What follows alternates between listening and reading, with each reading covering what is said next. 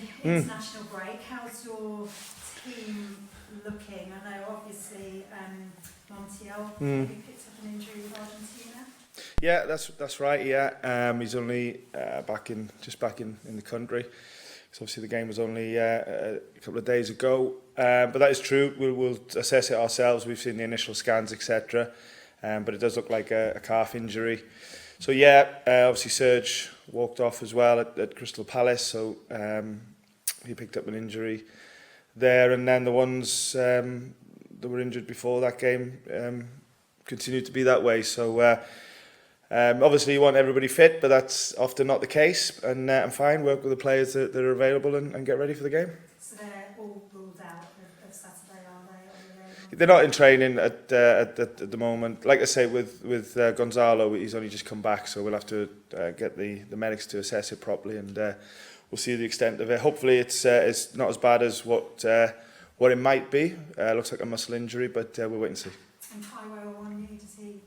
Yeah, he's progressing well. He's not far off some training, to be honest. So let's see how next week goes, and going into the game after Saturday.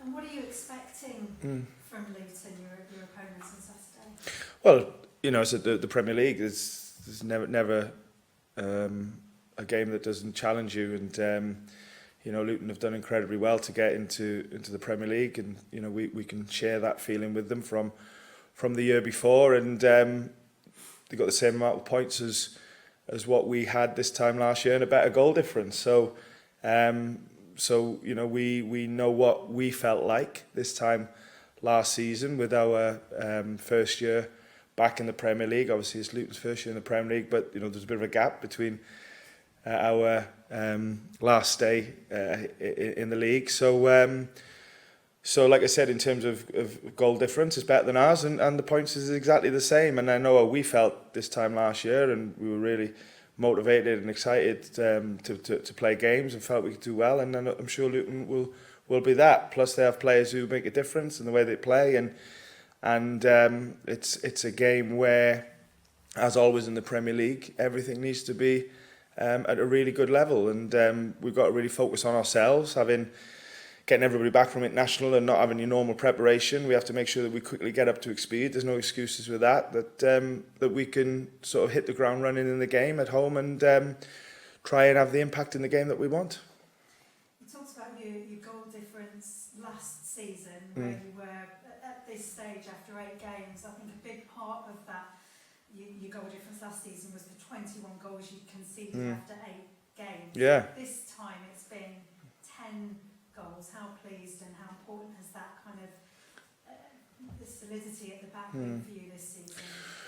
Yeah, I mean, listen, as you said, we're only 8 games in, and even though I've mentioned last season there in the previous question, we try not to compare too much to last season with ourselves, because so much was different then to what it is now, which is normal, having 12 months sort of in the bank of Premier League experience. But the reality is, if you want to do well in not just this league, in any league, you've got to be able to score goals and keep the ball out of the net, and goal difference is always a decent marker of how you're doing with that, of course. So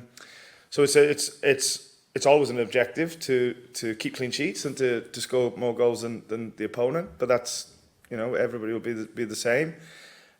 We feel like we are progressing. We feel like that we, as I've said before, with all the new players and everything, that we're aiming towards trying to build something. But building is what we are doing, and that's going to take time, and it's going to be ups and downs.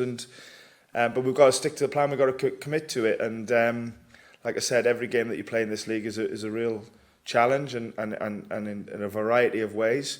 So while trying to commit to what we want to be, we know that every day has got to be a productive day. Every game's got to be a productive game, and that's hopefully how we can progress. But it's one day at a time. It's one game at a time, and taking it as it comes. You've drawn your last 3. What are the fine margins you've got to work on? How do you progress from those draws to making 3 points? What's missing? Yeah, I think we've not been creative and productive enough in the final third. There's no doubt in those 3 games that we've played some good football, and we've gotten some real dangerous areas as a team. It's not just on the forward players; it's the whole team. We should have made it count more than what we did. So that's definitely a challenge for us. But not forgetting, what we've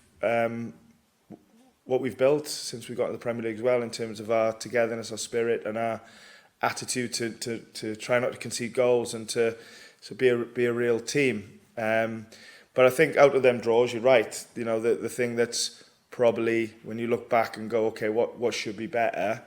There's obviously lots of things, because that's how it should be. But the main thing for me is that we should be creating and scoring more goals than what we have. I'm just looking at the goals you have scored. There's a stat showing that half of them have had involvement from substitutes this season. Does that show how important it's been to build a squad and have quality on the bench? Yeah, it'd be interesting. It'd be interesting to see how that stat looks through the whole league with every team, because there's no doubt that now it's more than a squad game than it's ever been. We talk about the length of games now, and it's a real physical challenge for players to be at Premier League athletic level for 100+ minutes. So the role of the players starting on the bench and coming on has never been more. It's always been important, but I think it's even more important, and it definitely is for us. So I didn't know that, but I think that is a positive, that we can make changes that can make a difference, and hopefully we can make some good decisions going forward, to keep that going. Just quickly, finally from me, in terms of the players you've got coming back from international break, Mangala and Elanga involved in an awful it was game that got called off between Belgium and Sweden. I don't know if you've spoken to them. So I was actually watching the game live, so sort of saw it unfold, and first and foremost, football aside, it was obviously a tragic event. But when you've got some players or some people involved with something like that, you worry a little bit more. And I text both the boys quickly after they abandoned the game, and they both replied fairly quickly. They were in the dressing room and they were safe. And I know they were a little bit worried about their families that were in the crowd. But in an unfortunate event, fortunately for them guys and their families, they're all safe and well.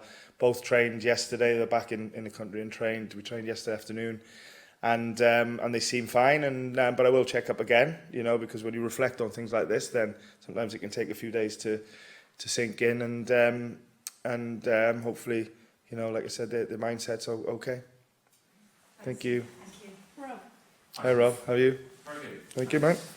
Other than watching games, do you do anything different to recharge in the international break?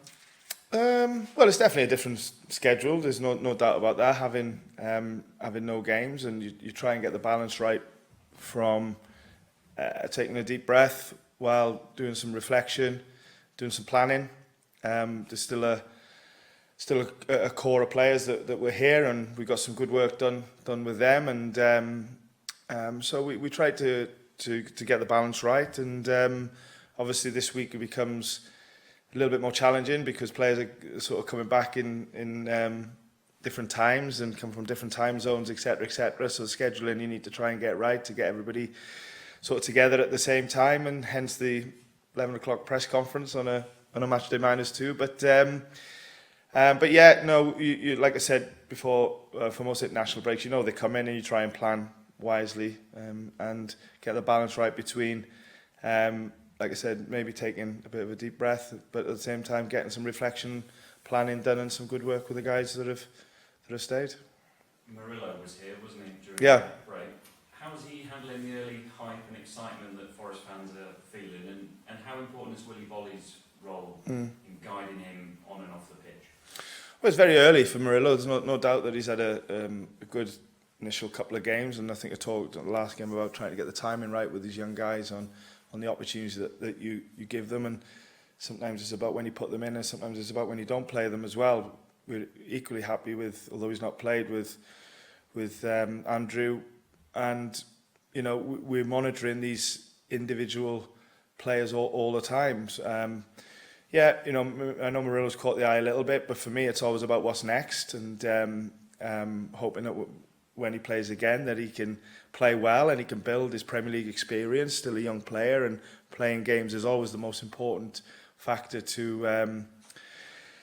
to becoming what players end up becoming, because in the end they all find their level and given the right opportunity and support. So yeah, with the Willie situation, I think we do have a nice blend in the squad of youth and his experience, and we very much encourage the experienced boys to have a voice in the dressing room and meetings. And you know, I think you mentioned Willie. You've also got Felipe, who obviously hasn't featured because of injury, and with the language, and you know, he's been very important. He sat in a lot of meetings and explained some stuff about Premier League and things like that. And we really believe in this sort of work. You know, like I said, you know, with Andrew, a similar position, and Murillo, you know, we've got other young players with Callum at the top end of the pitch, and Anthony. We want to try and get the programme right for these boys, and you know, give them the right opportunity in that programme to see them progress. And but you know, we know that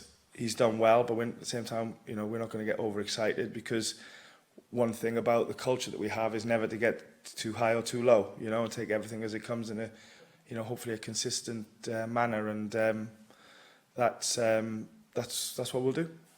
On the way back from the Palace game, I think you and a few of the players were across Leigh Wood's fight. Yeah, I was. Yeah.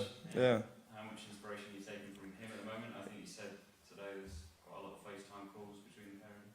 Yeah, no, I've got to know him really well over my time here, and as a real hero of Nottingham. And yeah, I was nervous.